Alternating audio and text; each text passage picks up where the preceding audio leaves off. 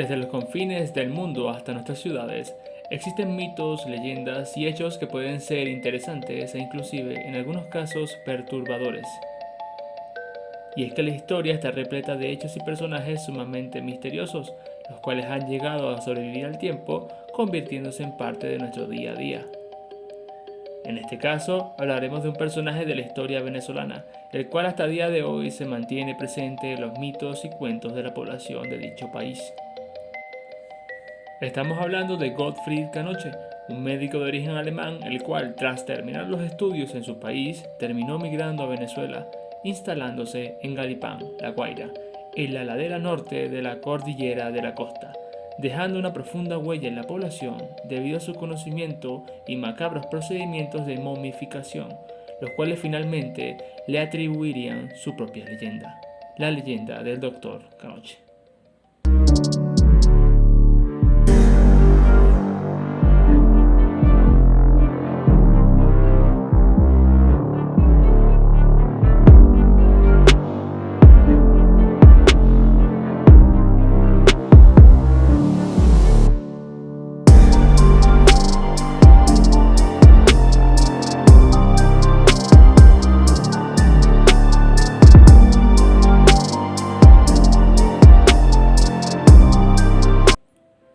Gottfried Canoche nació en la pequeña y bella ciudad germana de Halberstadt el 17 de marzo de 1813. Su padre, Gottlieb Canoche, era maestro cervecero, un oficio que le permitiría mantener un relativo buen estatus socioeconómico, mientras que su madre era descendiente del famoso médico Adam von Bombenstein.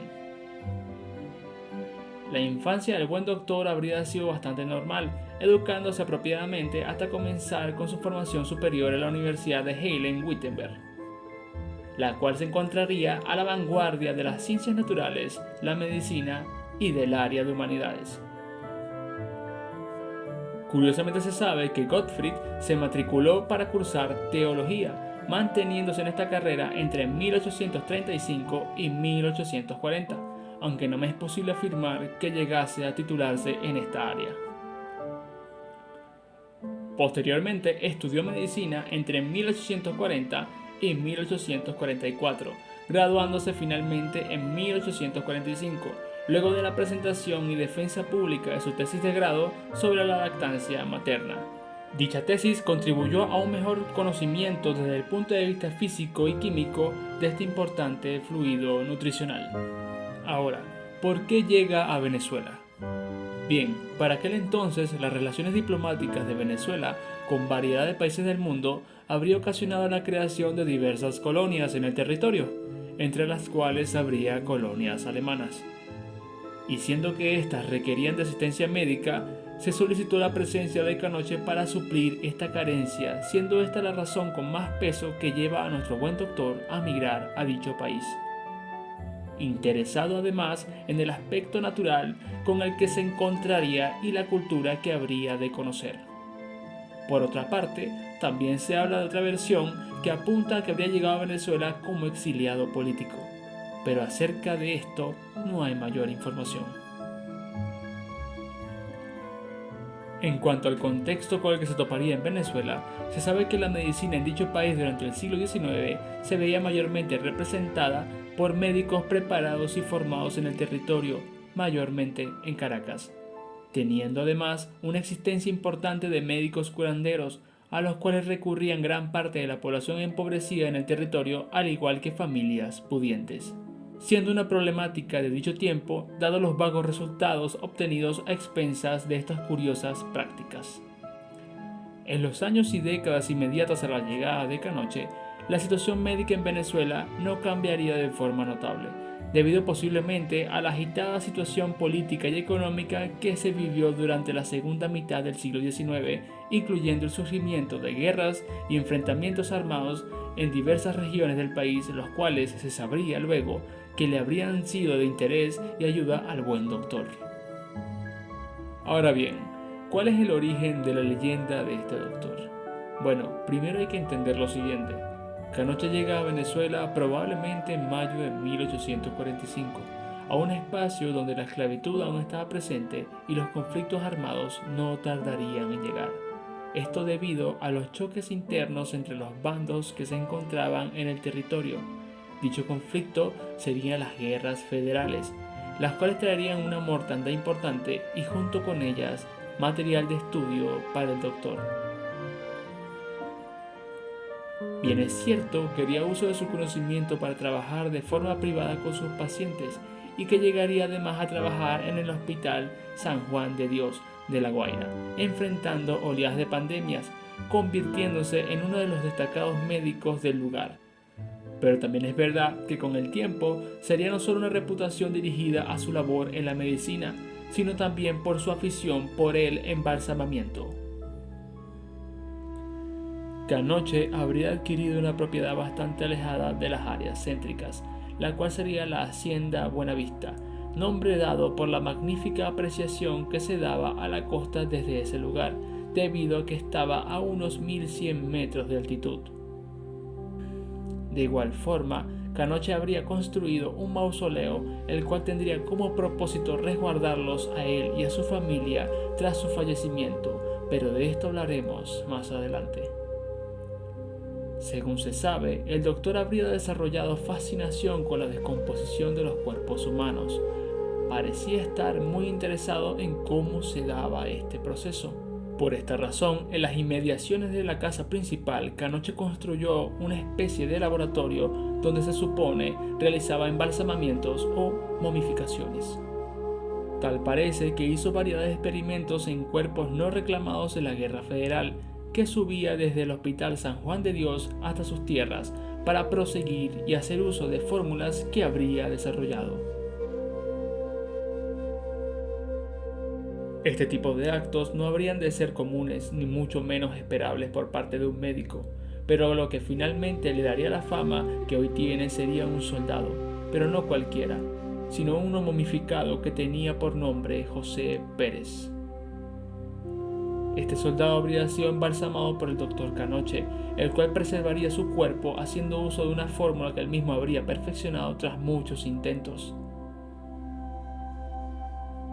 Al soldado le esperarían otros 70 años más de servicio, porque el doctor lo colocaría como vigilante fuera de su morada para ahuyentar a los curiosos, siendo que él mismo tenía su equipo puesto y su apariencia sería tal cual la de un soldado vivo.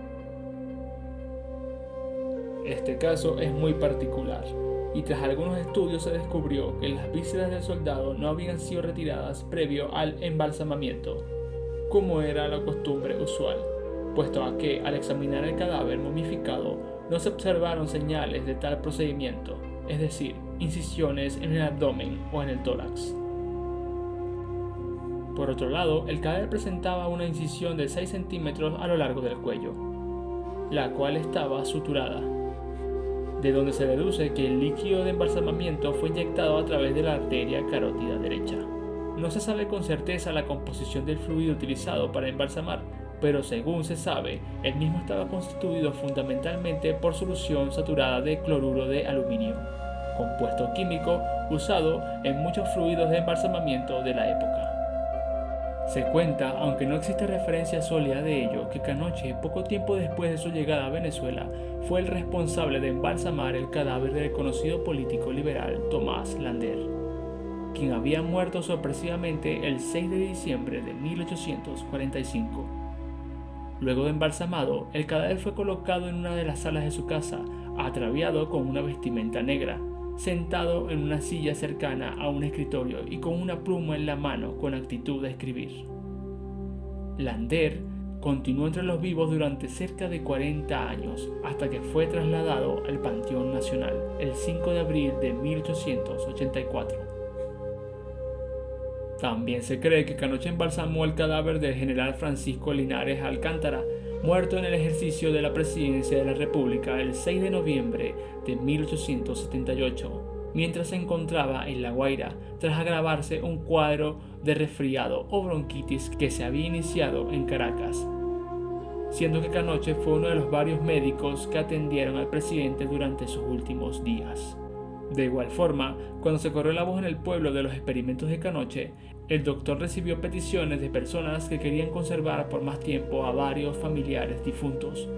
Esta labor la llevó a cabo durante varios años. Acerca de quienes se encuentran en el mausoleo del Dr. Canoche, se sabe que fueron todos igualmente sometidos al procedimiento que ya para él era habitual aplicar, por lo que se podría entender que todos habrían sido embalsamados y por tanto momificados.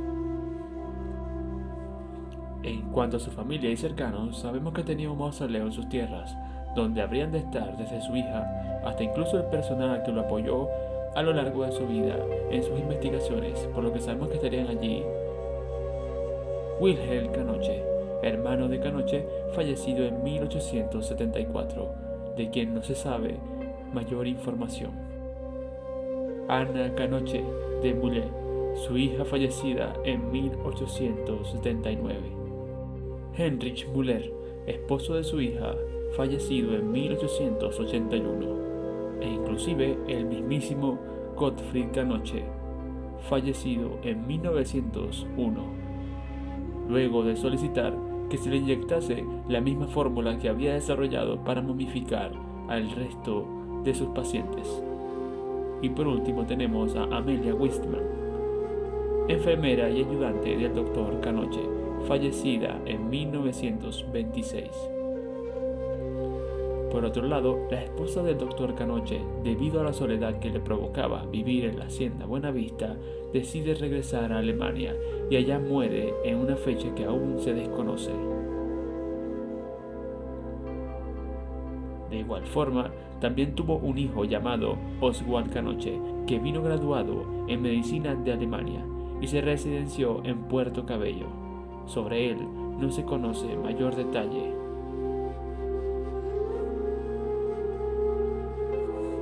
Sobre su leyenda existen algunas otras creencias, entre ellas que el doctor era en realidad un ser sobrenatural. Esto debido a sus extrañas prácticas, y es que el doctor solía llevar cadáveres por la noche a su hogar, donde sabemos que hacía sus experimentos. Esto llamó mucho la atención de los pobladores, los cuales lo comenzaron a llamar el vampiro de Galipán. Sobre el destino de la hacienda Buenavista, luego del fallecimiento del doctor y su ayudante, quien le sobrevivió, la hacienda quedó temporalmente abandonada, solo contando con los fallecidos embalsamados en el mausoleo que allí se encontraban, y que se mantuvieron a salvo por el respeto y miedo que infundían esas tierras. Sin embargo, parte del lugar llegó a ser adquirido por nuevos propietarios, que allí vivieron por un tiempo. Posteriormente, la hacienda fue recuperada y el doctor reconocido por su aporte a la salud, apoyo a los pobladores y desarrollo de nuevas técnicas que aún hoy sorprenden. Las momias fueron retiradas para su estudio y el lugar es usado como museo, forma de rendir homenaje al tributo histórico de lo que fue el legado de un médico alemán comprometido con la ciencia y las personas. En cuanto a hechos extraños, sí habría habido algunos, por ejemplo, relatos de momias moviéndose, espíritus errantes recorriendo las tierras de Canoche y encuentros con seres sobrenaturales, siendo que esto pudo llegar a preocupar a la población durante un tiempo, siendo una de las razones por la que el doctor se habría vuelto no solo un ícono, sino también una leyenda, una que inspiraba terror. Con esto damos fin al recorrido, siendo algo sumamente interesante lo relacionado con nuestro buen doctor. Y es que este tipo de personajes o hechos nos rodean en todo momento, y para dar con ellos solo necesitamos poner algo de atención. Espero les gustara el video y si quisieran que hiciera alguna investigación sobre algún personaje que conozcan, pueden dejarlo en la caja de comentarios. Sin más que decir, me despido. Hasta la próxima ocasión.